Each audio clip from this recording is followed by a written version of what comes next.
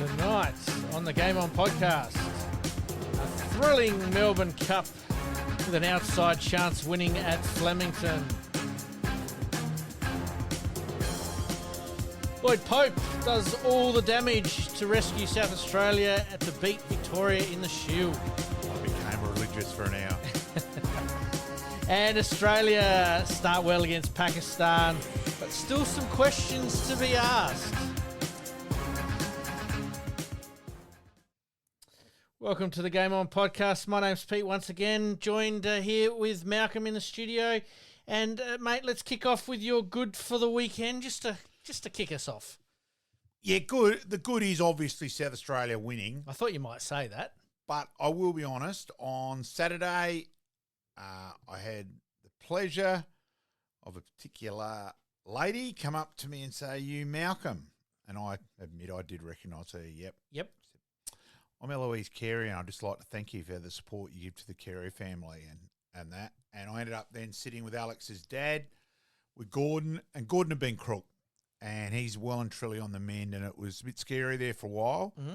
So that was my most enjoyable hour of the last 3 days, and just awesome to spend some time with the Careys, and yeah, really good news with Gordon. And then South Australia just played so well with every player contributing, and yeah, Lloyd Pope delivering in the 11th hour yesterday was fantastic. We'll talk about that a little bit more in a minute, but certainly will. South Australia obviously starting to make inroads into the cricketing season in a positive way. We have had Rhino on the show previously. It's going to be mighty hard to get him on at the moment. He's a busy boy, that's for sure. Did speak to him yesterday. Yep. Pakistan, obviously, with Jason Gillespie. So there's a few South Australian flavours going around in cricket at the moment as well. So yeah, it'll be amusing to see Diz in the opposition room on Friday, and that side of things. Yep. Yeah, you're right. A lot of probably the one day last night. There's more, just as many questions as answers. Yep. We'll get into that in a minute. All right, let's get into Around the Grounds. Around the Grounds.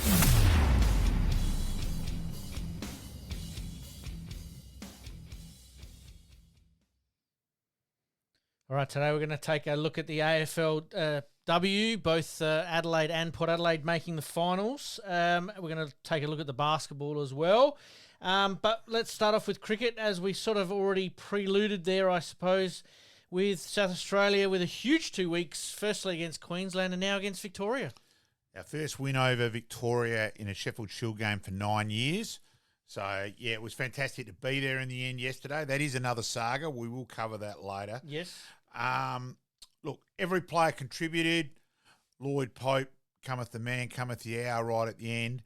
Ben Menenti had bowled really well in the first innings, fielded superbly, took 3 blinders. That catch that he took for Pope was an absolute beauty. Yeah, that was Pope's Hanscom first behind him. Yeah, it was first Hanscom's wicket. Pope's first wicket. Yep. Look, and at lunch yesterday, they're 1 for, you're thinking, oh, geez, you're going to hang on. And then all of a sudden, we got wickets in the second session. They're 5 for at tea. Sutherland got out pretty soon, straight after tea, to make him 6 for. Perry can bat, though. Yes. And he played well. And when McInerney dropped Perry, I thought, geez, that's probably it.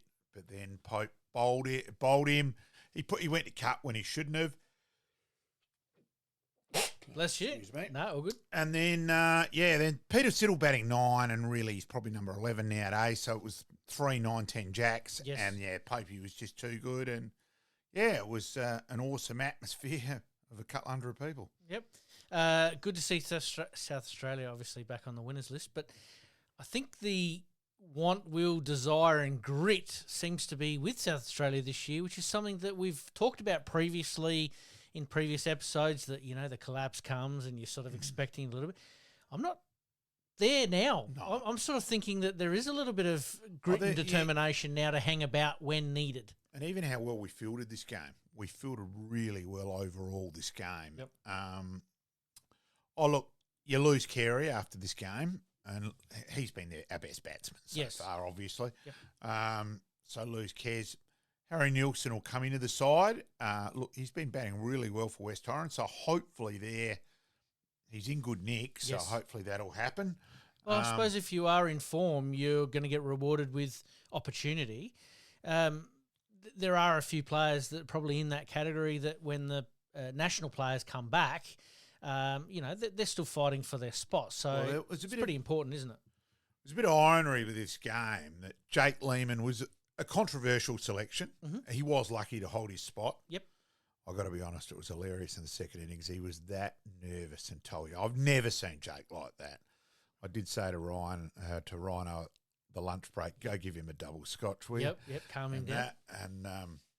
So was Jake's better half, and it was amusing to watch that. Mm-hmm. But then he's got on and made 60. Now, I think there was method there of him playing this game that he needed to get some runs, because if McSween gets picked in the test side, which I think he will, yes, I think Jake Lehman ends up captaining again. Right. So I think there was some method there as well. I think Rhino, there was some forward planning. Yeah. So in that way, and look, I think it's also pleasant that it's the first time in a long, long time that we've recruited players from interstate, but we're making them earn their spot. Mm-hmm. Where previously, Jake Gardner played his first game for South Australia without playing a district game. Yep. Where at the moment, no, Jason Sanger and Mackenzie Harvey are being made to earn their spot. Mm-hmm. Now, Mackenzie Harvey will definitely play tomorrow. I think Jason Sanger might. It's a bit hard looking at the squad of 13. Yes. But they're both a big chance to play tomorrow. So let's talk about that now. South Australia obviously playing. Is it still a Marsh Cup or a one day? A one day at Karen Rolton tomorrow, 10:05 a.m. So. The audio side of our podcast will go out early in the morning. Our video one goes out a little bit later in the day. Yep. What are you expecting from, as you said, there's a group of 13. Who's maybe the unlucky one to miss out? And where is everybody sitting in that side considering? I think it'll be one or two of the bowlers. They've named a lot of bowlers. Right. So I think it'll be one or two of the bowlers. They may be waiting to see, out of Harry Conway and Henry Thornton who pulls up the best, that side of things. So I think that's probably why they've done that, and that makes sense. Yep. So I admit I am looking forward tomorrow that Sam Elliott, brilliantly coached in grade 5 when he was at PAC, will be playing for Victoria, and at least Mum, Meg, and hopefully Dad, Matty, are coming over tomorrow. So looking forward to catching up with the Elliott clan tomorrow. I'm assuming he's acquired all of his skills under your expert tutelage. There's no doubt about that whatsoever, I would have thought. Yeah. I love it. Absolutely love it. Karen Rolton Oval being used, is that a bit of a surprise that they didn't use the Adelaide Oval after obviously it got used for the last couple of days? Yeah, then you've got the one day here on Friday, so they probably wanted to give it a little bit of a rest. No, that's fine. Yeah. Oh, look, I actually admit I prefer playing at Karen Rolton. Yeah. I think the atmosphere there is far better than Adelaide Oval. Is just too big, too sparse. Yep. And that's my own thoughts. And you can bring your own deck chair to Karen Rolton and sit around the edge and enjoy it for what it is. Let's go back to the Sheffield Shield. We play New South Wales on the 14th to the 17th of November.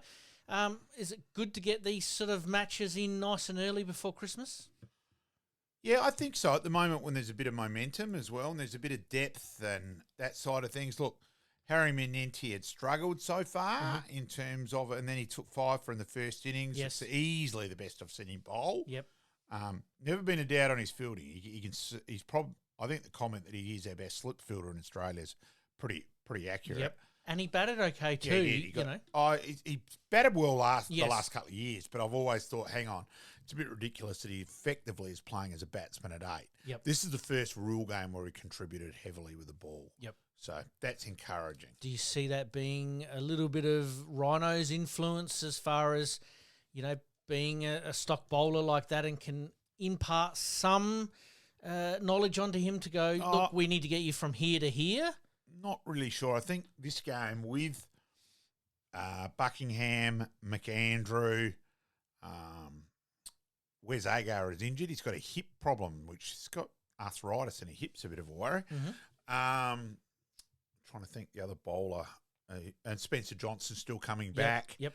So it was really a threadbare bowling attack on paper. Yes. So I think he sort of had to get more bowling this game just by necessity. Yep.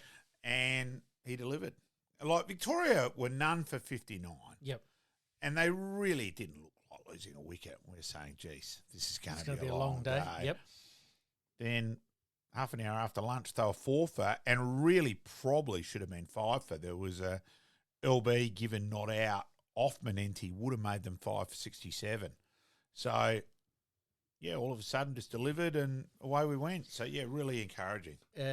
Like you said a little bit earlier, good case of ticking the box of all played well, all did their job, all Every contributed. player contributed. Okay, Drewy got 23 in both innings, so he got starts and then got out. Yep. Look, he did get a ball in the second innings, just exploded off a length. I think he got one and Karasinger for Vic got one yesterday, which these things happen. Well, it happens, So I think Drew was a little bit unlucky and he was hitting him pretty well. So hopefully there's a big score around the corner for Daniel. Where do you see someone like Jake Fraser McGurk fitting into this lineup? Is it a case of he'll still need to earn his spot? Massively. He's played. He's yet to make a run. You know, I think he's Norton. I'm trying to remember if he's had another game and failed as well or not. But look, is he going to benefit? And you talked about Jake Lehman just a minute ago in just getting that extra game that has just helped him build a little bit of confidence. Is it a case that he maybe needs one more, or does he go back, get some runs, and then? I think at the moment he's got to develop a game plan, and it's just built. At the moment, he's just built shit out of the ball. Now, he's got to learn to play himself in. I know he's giving a free license in the one days, but you've lost one early last night.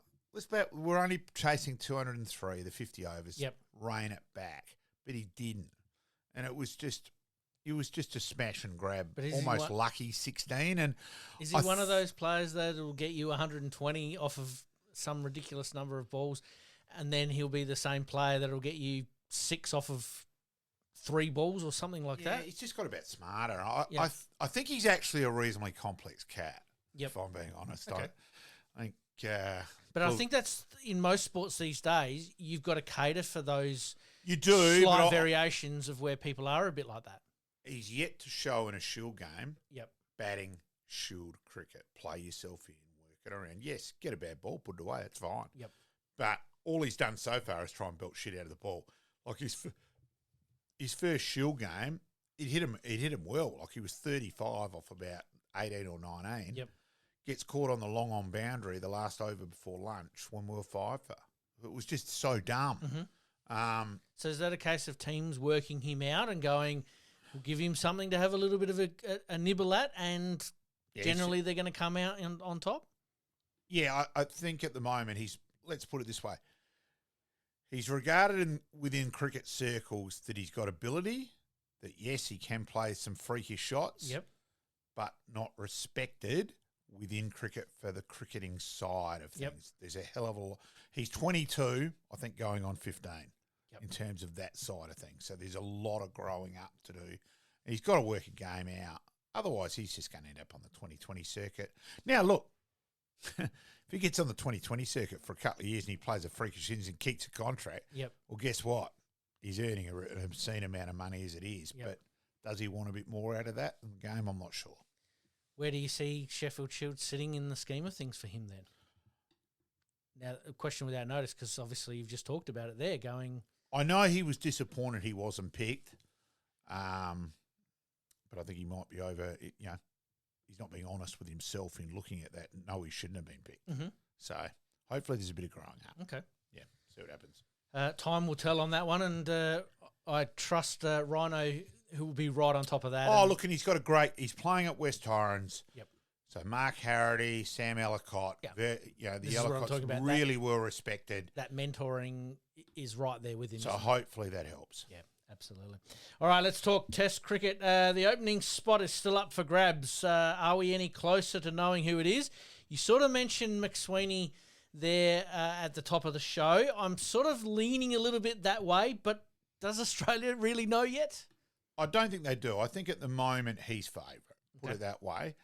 Whether him and Khawaja are a good mix together because they're both more grafters is debatable. But look, I also would think behind the scenes that I would hope the Australian selectors are going, it'd be good if we can get him in the side because realistically, he may end up being the next Australian captain if he's in the side now. Yep. Because 3 years' time out of that, because he's extremely highly regarded for leadership. You only have to have a look at that he's automatically made captain of Australia A. He was made captain of the Brisbane Heat last year, that side of things. Yep. So he is a leader. He's got the temperament to be able to be that leader. Massively. So obviously for the Australia A v India game there, and we'll talk about some of that game in a minute, were you surprised that he did bat down the order?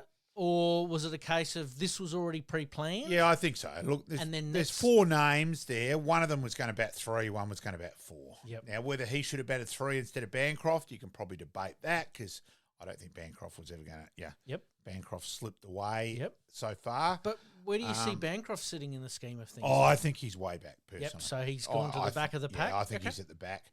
I think it'll either be Harris, McSweeney, with Inglis as an outside chance. Inglis would be the bolter, and I hope they don't go that way. I don't think he should open, but they may go, well, hang on, he's Inglis, the future Dave Warner, get out there, play shots from ball 1. I wouldn't do that, but let's wait and see. I think they're the 3 names. Okay, and Constas? I think he's probably slipped a little bit further back too from this game. Big game, another game coming up. If someone gets 100 this game, then they're right back in it. Yep. So, yeah. Do you give the young fella a bit of a chance against India, or do you hold off on not bringing him in for such an important series? But then you've got to look forward. We talk about forward planning. Oh, You've got the Ashes coming up. I think there's that point, and that point I totally get it. Like I was saying last week, I'd go Constas, but I think McSweeney's earned the right. I think McSweeney's made enough runs in the last season and now the start of this season. Like he did get 300s last year as well. Yep. So I think he's earned the right. Yep. You know, so and he's had enough experience. Yeah, agreed. Before we move on for any further, the Australia A and India A game, there was a bit of controversy with scratching the ball or some sort of incident with the ball. What are your thoughts on that and where the umpire sits in this situation as to his call? Because it was very definitive that if the ball's scratched up, I'm changing it. Exactly. No, I support Sean Craig in that way, but it's probably a little bit interesting that as soon as there's a wicket fall, the ball goes to the umpire. The ball gets hit for 4 and goes over the fence, it goes back to the umpire. So I'm a bit buggered how it's suddenly been missed. Yes. So that's probably a dark mark against the umpiring there. And I think Sean... And I reckon you could tell he was a little bit defensive in the way he was being acting approached about it. So out of that, but the keeper should be suspended. If they don't take action, it's yet again, in reality, they're scared shitless of India as usual. India Cricket Board have basically swept it under the carpet a little bit. Oh, not so much India. They should be taking action, but I think they're just scared of India. Yep. Is that because of the 78 cents of every dollar is coming out of India? It's how much power they've got in world cricket is ridiculous. But I don't think there's any remedy to that. Well, I was about to say, question about notice. How do we sort of somehow fix that? You don't. Yeah. So then where do we see ourselves? And I actually was going to bring this up a little bit later, but I'll bring it up now, is this a changing of the guard for Australian cricket? And what if crowds, again, don't show up to games? I know we're playing in India and England, which you'd expect that crowds will come. They will. But what if they don't as much as they are anticipating? I can't see that not happening purely because of the population which will come from England and India. Now, let's remember, they couldn't come because of COVID and all that side of things. So there's a lot of people who will be here.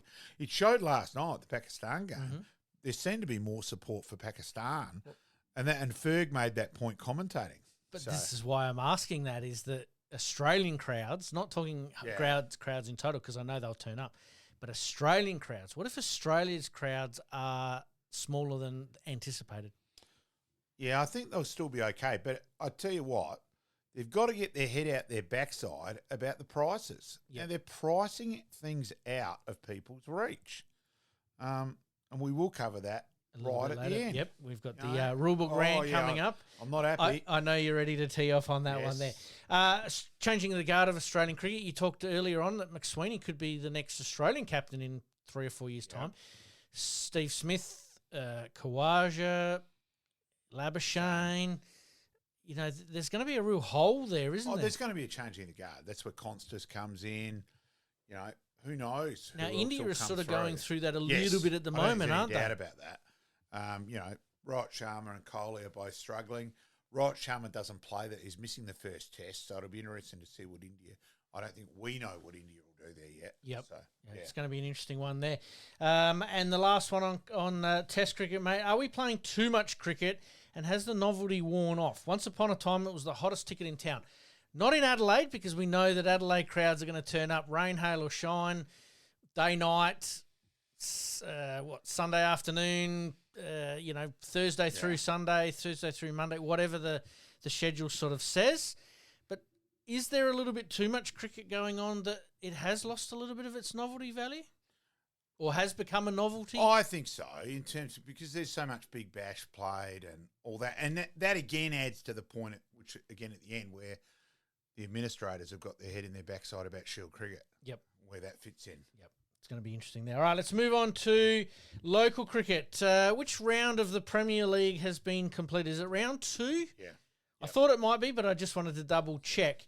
Obviously, Premier 1, Sturt sitting top of the table with West Torrens and Teatree Gully. And Port Adelaide. Port Adelaide. So, top 4. So only percentage, basically. It's too early to call yet. Yep. Uni are on the bottom at the moment, which is a bit disappointing so far. But it's showing it's been close. Probably the disappointing game on Saturday was Adelaide were bowled out for 50, and Teatree Gully were struggling. They were 1 for 244 in reply. Ouch. So, it wasn't exactly a cliffhanger. Yep. So you'd expect that they'll win that game outright this week. Sturt have just been doing the job consistently. Did they come up from Yes. 1 last year?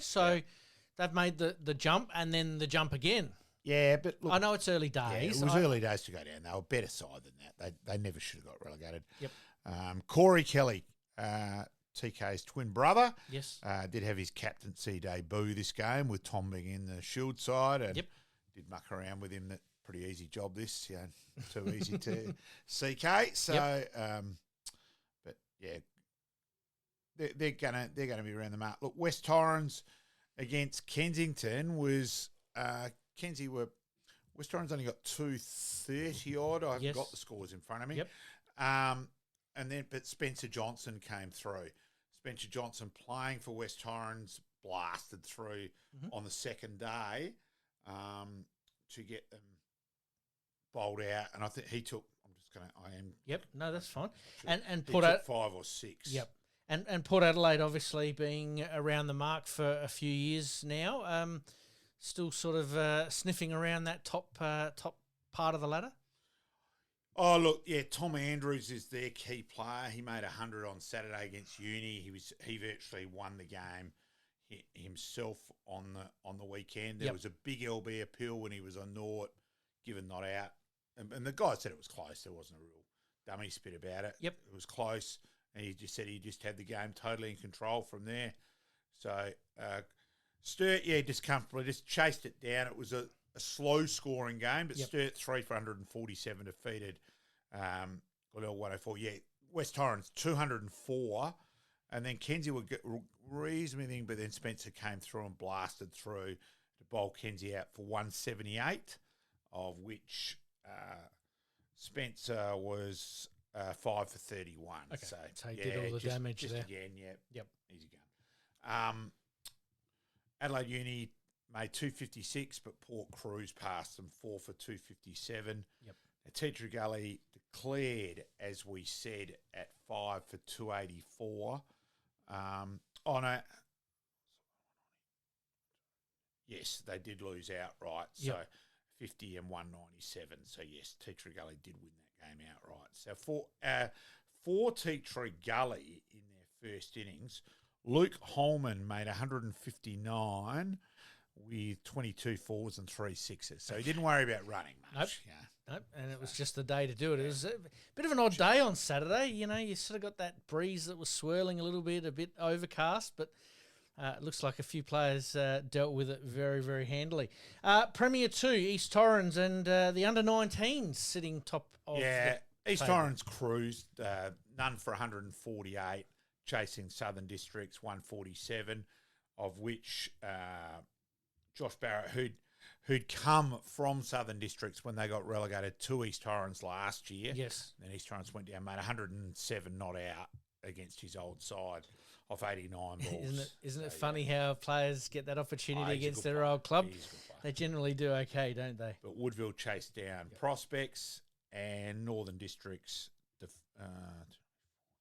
Northern Districts defeated the Sacker under 19s. You surprised the under 19s at the moment are up and about and around the mark? They've been a bit better than last year. Probably Matty Laray's captaining and probably just a bit of a mature head. Look, I think he'll end up getting picked up in the draft. But yeah, and Kane Halfpenny played last year. AFL? Tom Brown, yes. AFL draft, yes. And Tom Brown played last year as well. So they've probably got a little bit more experience this year. So, yeah. So does that something that Ryan has sort of somewhat input into as to how they want them to play so that way when it is time to step up to that next level that they're around the mark? Or is this a little bit separated? Yeah, I think it is more separated. Okay. I don't know if Rhino's having that much. I might ask him that. Yep. Yeah, and Albury Stockdale took 8 for 38 for Northern Districts was the other outstanding. Absolutely. For the round. Sounds very good, mate. Women's first grade, Kensington sitting top of the table, Glenelg, Sturt, West Torrens and Adelaide. Scores, have you got any scores on those ones there? No problem. But Kenzie sort of making their opportunities, I suppose, not only in the men's but in the women's as well, which has always been a strong club from what I'm led to believe. It is. This is, I've got to go there. I was going the wrong spot, so now I'm right. No, all good. So what have we got? Women's first grade. And Sturt, 10 for 279, defeated West Torrens 157. In that game for Sturt, they just reasonably even contribution over the batting with, Elizabeth Worthley 55, Maddie Filkey 49, Samantha Bett 66, and made a Matilda Maitland 54. So they just are the top four, just being a bit too good for West Torrens there. Yep. Sanvi Shah made 48 for West Torrens. So yeah, that's a bit too good there. Adelaide 10 for 114. Glenelg were 167. For Glenelg, Ella Wilson was a star there with 80. Mm-hmm. I'm quickly having a look at the good to see Ava Girth, Jason Girth's daughter from when Paynham. So I go right back to when Ava, and I called her Ava Rent-A-Car. Yes. Was my nickname I gave her. Yep. And she still remembers that. Yep. So she took 2 for 19 and Kelly Armstrong 4 for 27 in that. And for Adelaide, Alona Meleg 39 and Ava Girth with 22 with the things there. So Ava Girth's a bit unlucky to miss the team of the week, actually. Yes. I didn't notice that. And we do apologise on had the bye. Yeah, and we do apologise on names. Sometimes they're a little bit of a tongue twister even for us. Easy. Yep. No, that's all right.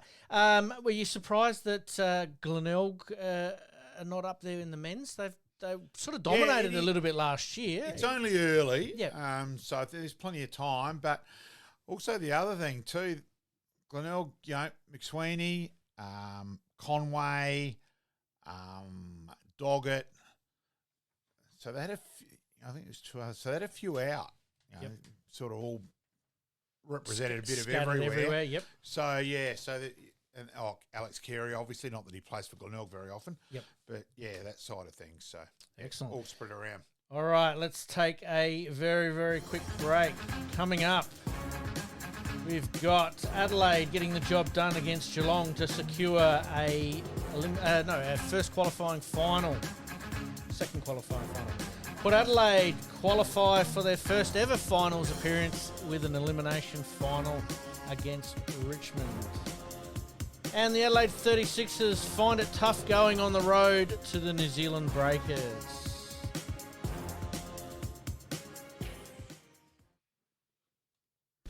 You're listening to the Game On Podcast. We'll be right back after this short break. Looking to buy or sell your home anywhere in Adelaide, from the hills to the sea? Meet Gary KRIEVS, your dedicated local agent from OUWENS CASSERLY Real Estate. With unparalleled knowledge of Adelaide's housing market and a commitment to exceptional service, Gary ensures a smooth and stress-free experience for all your real estate needs. Trust the expert, trust Gary KRIEVS at OUWENS CASSERLY Real Estate. Your next dream home awaits. Contact Gary today on 0422 071 317 or on email garyk@ocre.com.au. And for more listings, please visit owenscasserly.com.au. Make it happen.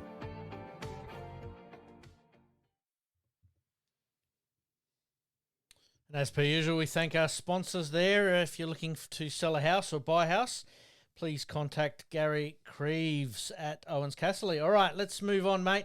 AFL, it's still on the radar a little bit. Let's talk the men's to start with. Brother of Crow's Gun, hoping to get drafted by the Crows, and that's Jack Michaelani. We did talk a little bit about Jack a little while ago, but now he's back on the radar because it's draft time. Yeah, Do you see him getting picked up? I think he's more a chance to be rookie listed. He's an outside chance to be rookie listed, I think. I think he might. Look, they might see in Max, well, how good Max has been. Can we get the improvement out of Jack? But I think he's at 50-50 at best. Okay, for this year? Yep. Next year? Yeah, look, they might get him as a top-up player at the Crows, or whether they decide to do that like they've done with Ned Atkinson. Mm-hmm. Yeah, as I said, very frustrating personally as an SNFL man what they're doing. Yep, we sort of knew that there would be ramifications with Adelaide and Port Adelaide getting the concessions put back on the table, I suppose, as to who they recruit. I did sort of put on the run sheet a little bit later, but we'll talk about it now. SNFL clubs are not going to be happy about what's happening now. I mean, poor old Centrals are being basically gutted with their best player. Yeah. Port Adelaide used it to their advantage this year with Logan Evans, and he went on and obviously performed. I've got no problem with that, but he shouldn't have been a Port player. Yeah. And who's to say if he'd been it? Look, it helped Logan. I get that, but he shouldn't have been a Port player. If he's still a Nord player, he mightn't have got picked up. He might have been a premiership player at Nord instead. Yep. You know, I'm shaking my head a bit. Yep. I get it. I do truly get it, and there's a lot of SNFL people don't get it, that it's bloody vital to keep him. There's people who still don't get that, but the day they leave is the day we're massively closer to it becoming Div 1 community footy. Yep. You know? And look, they need the money. They don't only need the money, they need the promotion of them still being in it. So I get that. You know, we will still try and chase up Greg Edwards and that side of things, but I think it's just gone too far personally. I think they didn't look at it and go, shit, it's actually a bit too much. And because look, at the moment, purely the fact Porter picked up Jez McClellan, he's a huge recruit for any club to have got. Yep. Now, if Port and the Crows get very few injuries, good luck competing with them. You know, I think it'll be Port, Crows, and Glenelg as the three sides. So, you know. Well, let's go down that rabbit hole for another minute or two, mate. What is going to happen if, say, Port Adelaide or the Crows do win an SNFL flag because of these concessions? I think there'll be a fair bit of revolt amongst supporters. I think clubs will then kick up a stink. Look, and as we said, the annoying part of the concessions is, look, they've made 3 or 4 grand finals during this whole time, and prelim finals. I just think there was a massive overreaction to Port struggling this year, and they'd had a lot of injuries. I just think I think it's just gone way, way overboard. And look, I think Kosh bluffed them out of it. To his credit, I think they shit themselves. So I don't want to say Port Adelaide mismanaged their list, but in some ways they did. Oh yeah. And because of injuries and the mismanagement, made it look 10 times worse than what it was. Does that sort of make sense? Yeah, it does. And look, I think they're also unlucky. And look, I don't get it. to a couple of things. I'm mystified that they've delisted Tom Scully in terms of you make the decision to pick up a tall kid. Yes. Well, he's only 19. We know tall kids take so long to develop. Well, and they hit their peak at 24, 25. And that's Brenton Phillips. That's Stix's comment. And look, Yep. I got with Stix's roles with the SNFL in terms of that. Yep. Either have the anti-density rule everywhere or not at all. Like, it's hard enough deciding which kids to draft. Well, he's playing under a totally different system. Yep. And at 6'8", of course he was going to outmark the other defender. Yep. The one person who could stand him. So, and I brought this up a couple of times over the course of the season, and it's my biggest bugbear. Do we go back to what it was 20, 25 years ago, where it was one rule for every league? Yes, you might make slight variations for, say, the AFLW, because it's a slightly different game. But other than that, same rules for everybody, whether it's local community football at under 12s. I won't say under 10s, because generally that's a little bit less contact, but say under 12s right through to the AFL. Or you have it so Port and the Crows compete with these concessions but don't play finals.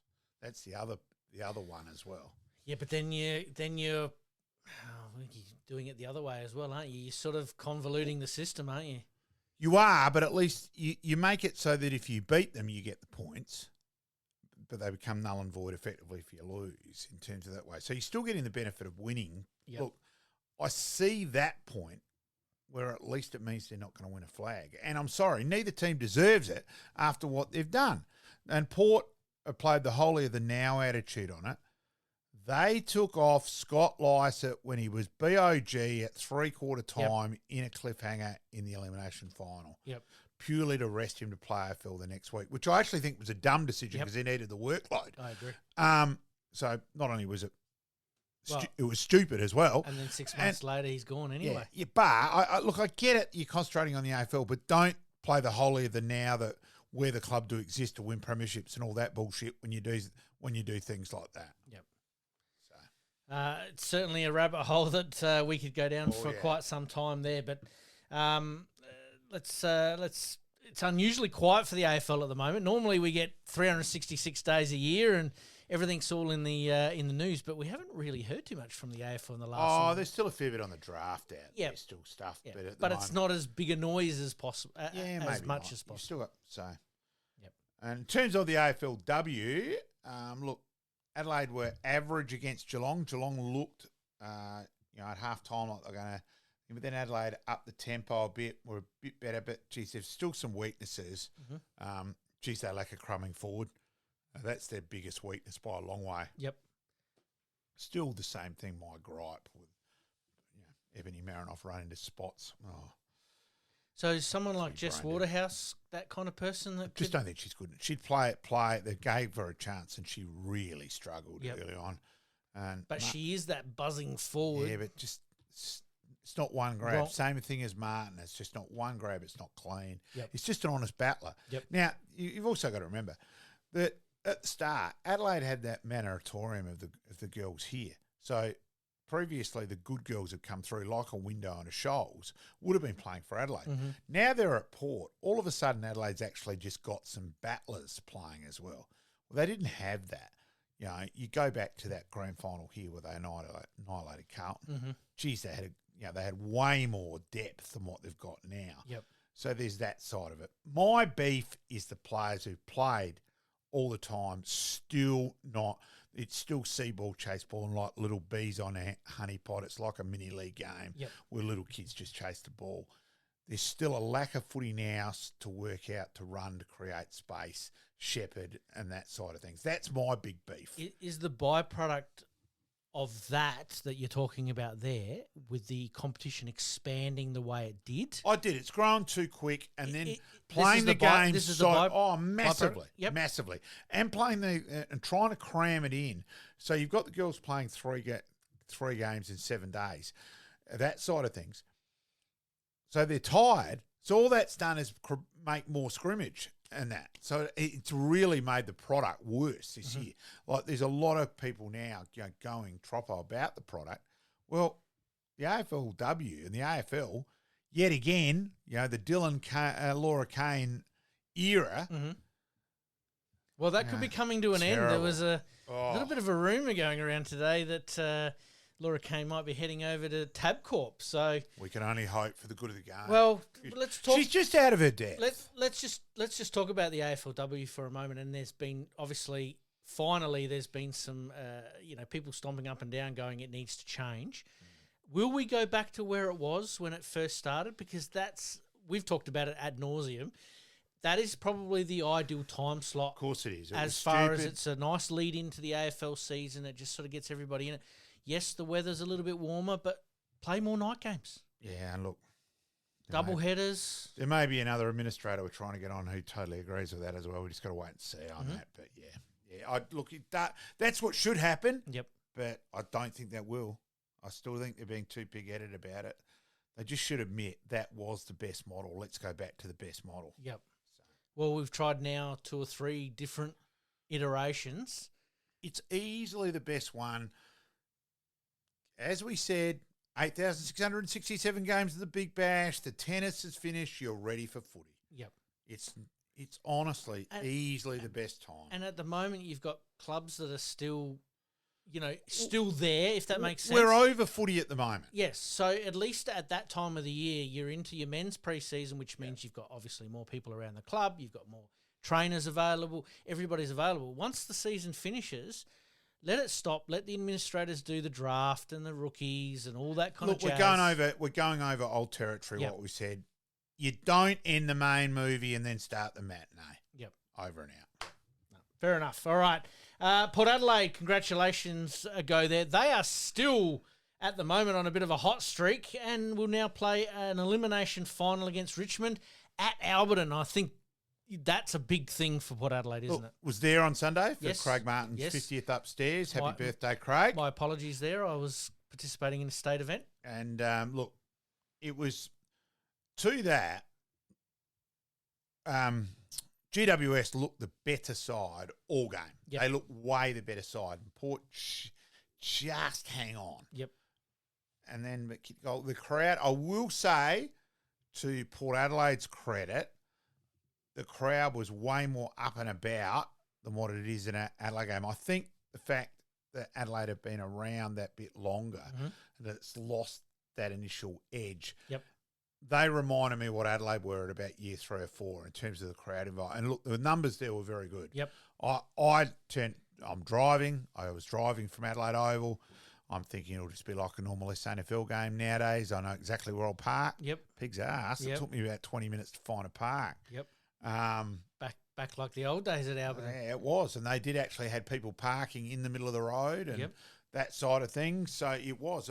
I think there was 3.5 there. Yep. So it was a good crowd. So Port Adelaide being at Alberton, we know it's the spiritual home of Port Adelaide, whether it be the Power or the Magpies. Do you see with Adelaide sort of chopping and changing a little bit between Nord Oval and Sturt, they've probably lost a little bit of that? Or is it purely that it's Port Adelaide and it's Alberton? Maybe, yeah, maybe. I think that's probably a fair point. It's also the bit, Alberton's new where they've done the development and that's where we were. And look, they've done a very good job. So there's that side of it a bit as well. So probably people are actually just going along to have a look. Yep. And they've got the temporary stands there on the eastern wing. Yeah, yep. So there's things there that people, I think that's a bit of an attraction. And probably, Nord, you've got the Wolf Blast Centre, but that was probably more an attraction for Nord supporters, not so much Crows people. Yep. So it is probably a little bit different. Yeah. And then obviously chopping and changing, like I said, between Sturt and Nord. Both clubs do a fantastic job, but, maybe getting to Nord can sometimes be a little bit more difficult and sometimes getting to Unley can be a little bit more difficult depending on, whether you're a Crow supporter or not. Good luck to Adelaide, who are now taking on North Melbourne, who did not lose a game in the minor rounds. Let's go through some of the tips. North Melbourne, pretty easily, I think. I think it's going to be close, but I'm probably going to tip North Melbourne as well. The Dockers taking on Essendon. I'll go the Dockers. Dockers for me there at home. The Hawks and Hawthorn in the men's and the women's. Now the McClellan Trophy. Which is interesting because you would have thought it would have been Brisbane. So Yeah, I admit I meant to have a look through that point system just to try and get a bit more of a gauge of it, how it was Hawthorn, not Brisbane. So I'm a little bit confused there, so I want to have a look at that. Could be a case of... I think it might ends at the minor round, so that made it... so that made it, despite the fact Brisbane won the flag, Yes. they don't get that side of Yep. it. So that was probably the little bit... And Hawthorn confusing finished part. second on the Yeah. ladder in the women's, and Brisbane finished third. So Yeah, so it was close. it was very, very close. Congratulations, obviously, go to them. Extra $1 million in the budget certainly would help. I know that they're doing some renovations at the moment, so I'm sure that'll be well spent. Hawthorn or Brisbane for you, mate? I'll go Brisbane. I'm going to go Brisbane as well. Hardened final side, probably where it's at, but don't discount the youthful not at all. enthusiasm from Hawthorn as well. And then the last game, Port Adelaide v Richmond at Alberton. I'm going to go Richmond. I just think they're probably a little bit more developed and a little bit to Port's credit, they managed to win on Sunday without playing well. So that's probably a good sign. Mm-hmm. Whether they get a couple back as well, I wouldn't mind seeing the sides. At the moment, I'll go Richmond, but I wouldn't be surprised either way, obviously. Bet responsibly, but at the moment, the bookies have got Richmond at $1.47 and Port Adelaide at $2.62. So you'd sort of guess that most people are leaning that way, but I can't discount Port Adelaide at Alberton, though. No, just exactly. that spiritual... And they manage, and they'll get a good crowd there and all that side of things. So, yeah, look, if they stick at it, which I'm sure they will, Yes. and manage to get the breaks, go their way like it did at Sunday, they're right in it. Yep. It's going to be an interesting one. I hope for South Australia's sake, both teams get up and win. But I reckon the Roos might just pip the Crows, and I reckon Richmond might just get Port Adelaide, but it's going to be very, very close. All right, let's move on to basketball. New Zealand Breakers take the 36ers down a peg or two after a big loss on the road. Yeah, let's look at this a little bit logically too. So New Zealand played and won their first couple pretty easily. Then they went to a trip to America. That's why the premiership table's so skew with. Yep. Then they get back, well, big flight back, all that. Maybe it's jet lag, maybe it's a bit of a down after that. Mm-hmm. And now they're back again. So they're at the moment they look probably the best side. So you can see why that happened that way. So, but I've always too thought basketball. I do take the home records because I do reckon the refereeing favours the home sides in general in basketball. Is that because the crowd's maybe a little closer to the court? Yeah, I think it's maybe who they are. Yeah, I think it's an area in basketball which, it's probably questionable. Absolutely. Let's leave it at that. Adelaide going down 33-19 in the first quarter. I think that's where most of the damage was. Also, just looking at some statistics here, unfortunately, their field goal percentage was only at 46%, whereas the opposition was at 60%. So that's where it's won and lost in most games, and it just looked like we were a step behind the pace, and New Zealand were a step above the pace. So, and Adelaide have got a bit of work to do. Yep, very much so. Adelaide playing a game this, Sunday the 10th of November, 4 p.m. at the Adelaide Entertainment Centre against the Hawks. So good luck to the 36ers there. Couple of tough games coming up. The Hawks are sitting second, and I think Melbourne are sitting third, and they play them over the next couple of weeks, and Adelaide are sitting fifth at the moment. So it's going to be mighty interesting to see how that all... They need to split the next fortnight. Yes, absolutely. Totally agree. All right, mate, let's take a little break and see what's coming up. On Friday, Scott BORLACE Part 2. Really looking forward to that. Go the BORLACE. And on Monday, an encore edition of Past Players and Past Legends, Anthony Harvey Part 2. Thank you, Sir Anthony. You're listening to the Game On Podcast. We'll be right back after this short break.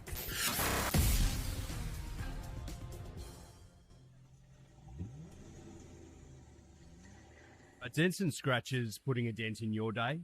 Introducing Roger Steen Crash Repairs Adelaide, your trusted solution for automotive woes. With over 2 decades of expertise, Roger Steen Crash Repairs guarantees top-notch service, restoring your vehicle to its former glory in no time. From minor dings to major collisions, our skilled technicians handle it all with precision and care, using state-of-the-art equipment and techniques. Roger Steen Crash Repairs saved my car. It looks brand new. Fast, friendly and reliable. I wouldn't trust anyone else with my vehicle. Don't let accidents slow you down. Visit Roger Steen Crash Repairs Adelaide at 14 Penner Avenue, Glynde, for quality service you can count on. And here's a special offer just for our listeners. Mention this podcast and receive a $100 discount on your repair. Roger Steen Crash Repairs Adelaide. Excellence in every repair. Flashbacks.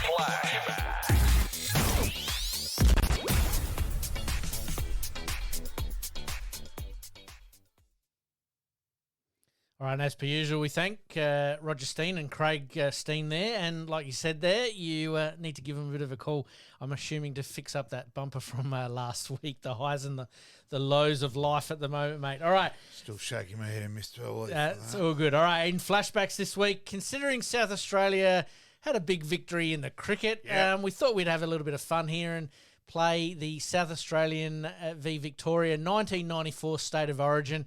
Some absolute legends running around there, mate. Yep, so well and truly. Love those games. Absolutely. All right, sit back, enjoy, and we'll have a little bit of a chat about it afterwards. Let's see how we go here. Ready to go down the ground.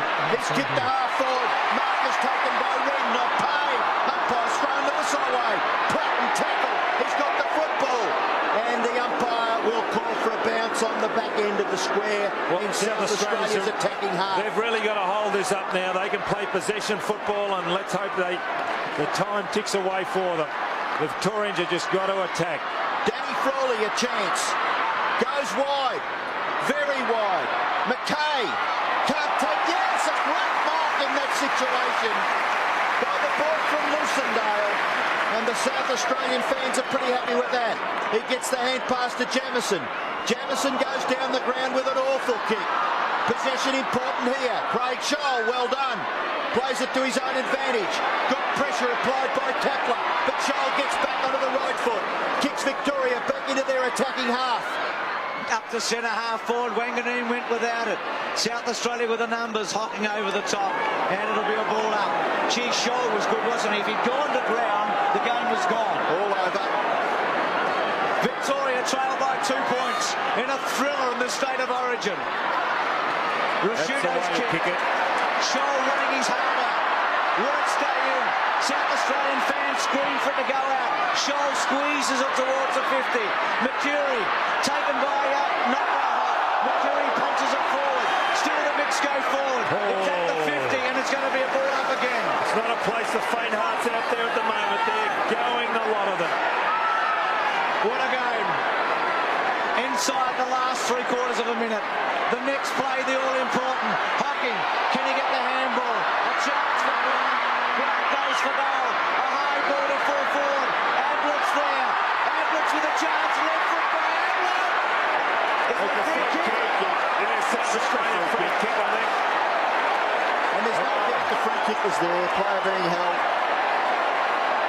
So the free kick coming back. Look at Teddy Whitten. He can't believe it. Tingay goes. 15 seconds remaining.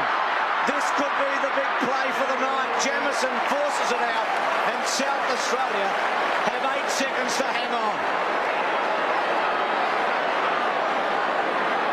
11-9 to 10-13. We've had a couple of 4-point State of Origin matches. This is the closest ever between the two. Steins' left-hand handball off the ground. Burke's quick kick. Too late for the mix. Takes it at the centre attempt.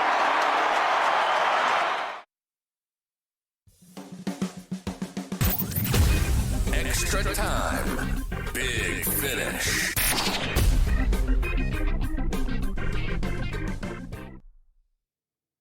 Breaking news, Pete. Oh, Quick, an umpire who paid a free in the last 30 seconds. Shit, there's finally the whistle's gone. It's a free kick to Bain and Lowe. Race back to Adelaide Oval, everyone.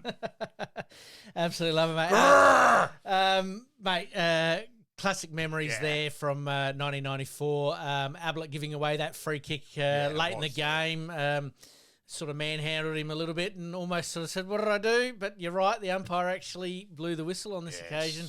And, some very, very good players that were amongst that. And one of the all-time classics as far as State of Origin goes. We sort of miss it, don't we? Oh, it was. The atmosphere was huge that night. It was literally electric atmosphere. It was fantastic. Yep. All right, let's move on to the extra time big finish. Tennis. Once again, Australians having a positive finish to the season, but South Aussie Tanasi Kokonakis wins a Sydney Challenger event. Yeah, promising there with, just a good see some wins in title. Yes, it's a lesser title, but at least it's a stepping stone. It's a step in the right direction. Yep. Played here in Adelaide last week or the week before. Went okay, but didn't set the world on fire, so he really backed it up. I think he won this final actually 6-1, 6-1, so found his form.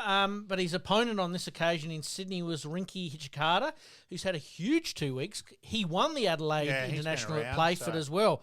It means that now Kokonakis is up to number 79 in the world, which then obviously helps with direct qualification to events.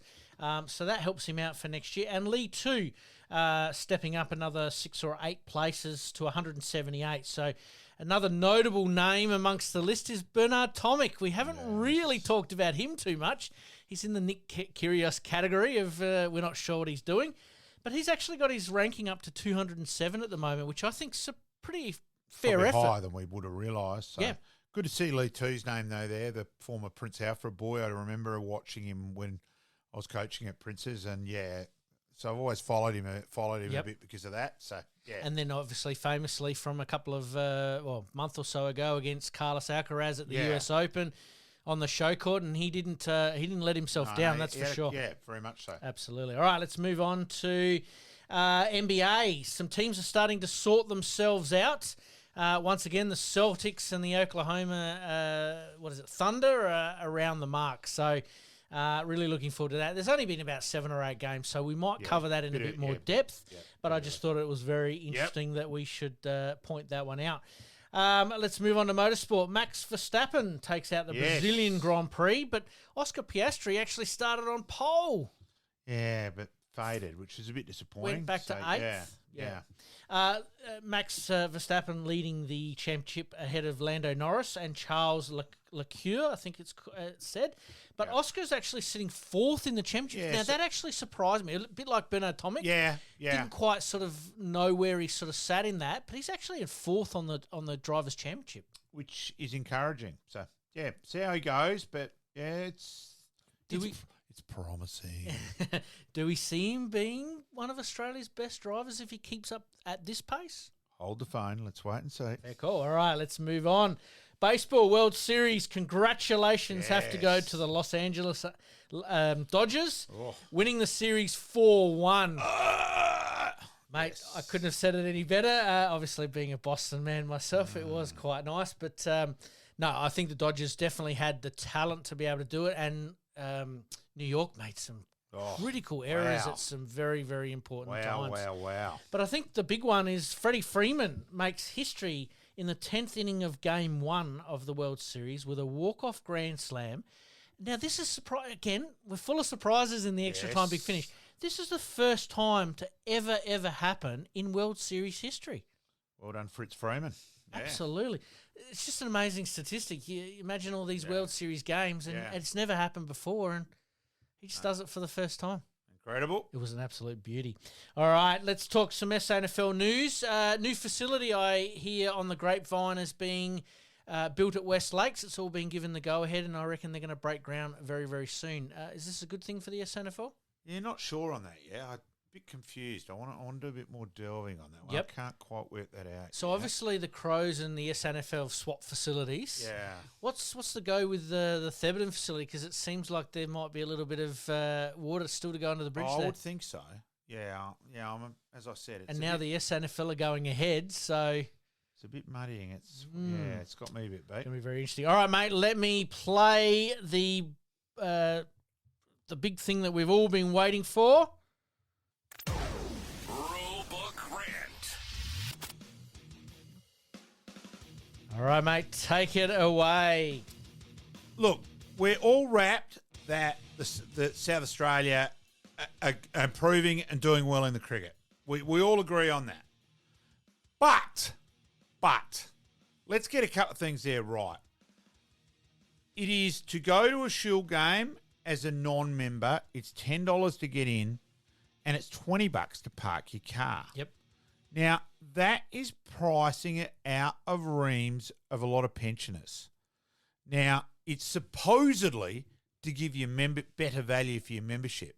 So, in other words, penalising other people is giving you, as a member, better value. Now, there are two people employed for that day to take the wages. They would not be raising the money from the entry fee of $10 to pay the wages for that. So what business model can suddenly decide that that's a better idea? It is bullshit. Yep. It is. It's moronic stupidity. Why not? Let's work out ways to give the member better value, not penalise the people. Now, the other thing on that, one idea to give the members better value, we're following South Australia. Why not have some barbecues with the players? Actually a chance to meet a player. There'd be a lot of South Australian supporters who've never met a player. Just a little thing like that. When you go, should I actually want to go and watch Alex Carey, because I've met Kez, along those lines. Yes. So Spencer Johnson. Disconnect. Let's get some connection there. Yep. But to penalise pensioners especially, and people say it's only $10. Well, not, and say, but public transport's free. There's a lot of people who aren't well enough to be able to catch public transport. There's Rodney Nottage on my post on Facebook today has said he's not well enough to walk down from the train station, so he stays home. Another guy who's a pensioner, there's about 6 pensioners have commented as saying, no, they're not going now because of it. I know at least 20. Yep. It is absolute, and other states aren't charging. Tasmania, Lawrence Beltrieve there commented, well, hang on, at Belrive, it's free parking as well, let alone free to get in. Well, it's $30 here. So it's just, and the cost of living at the moment, we know the electricity and all that. We know of pensioners who won't turn their heating on or air conditioning on because they can't afford it. Yep. Well, let alone, therefore, and it was so important to have that as a mental health bit. I could name 300 to 500 pensioners where they sat at Adelaide Oval. Because that was their spot all the time. All the spot, and that was their way of catching up with John and with Eric and that, who aren't going. So that's them sitting at home. Nowhere near as healthy as getting out and mixing. You pay enough bloody money. The prices there are crap as it is on food and drink. Why charge as well? Yep. The parking, look, it's Adelaide City Council. I get that. But, even at Tony Foster went to turn up to get to the game yesterday at 4:45, still went to charge him $20 to park his car. Turned around and went home. Yep. How dumb's that? And he is a member, actually. Just went, no, I'm not paying $20 to park my car at 4:45. So there's just a lack of common sense. They haven't thought it through. I only know of one member who's in favour of the charging, and I just don't think he's thought that through. He was just being pig-headed and being stupid, being honest.